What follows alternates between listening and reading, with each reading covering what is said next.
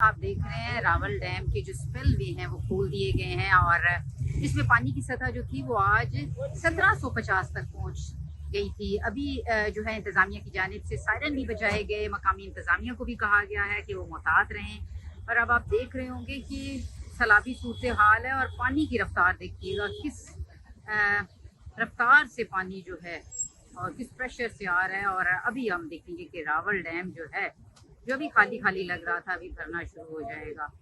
और यहाँ पर जो मकामी आबादी के लोग हैं या जो जितने भी रागीर हैं उनकी बड़ी तादाद जो है अपने बाइक्स गाड़ियाँ रोक कर इस मंजर को देख रही है।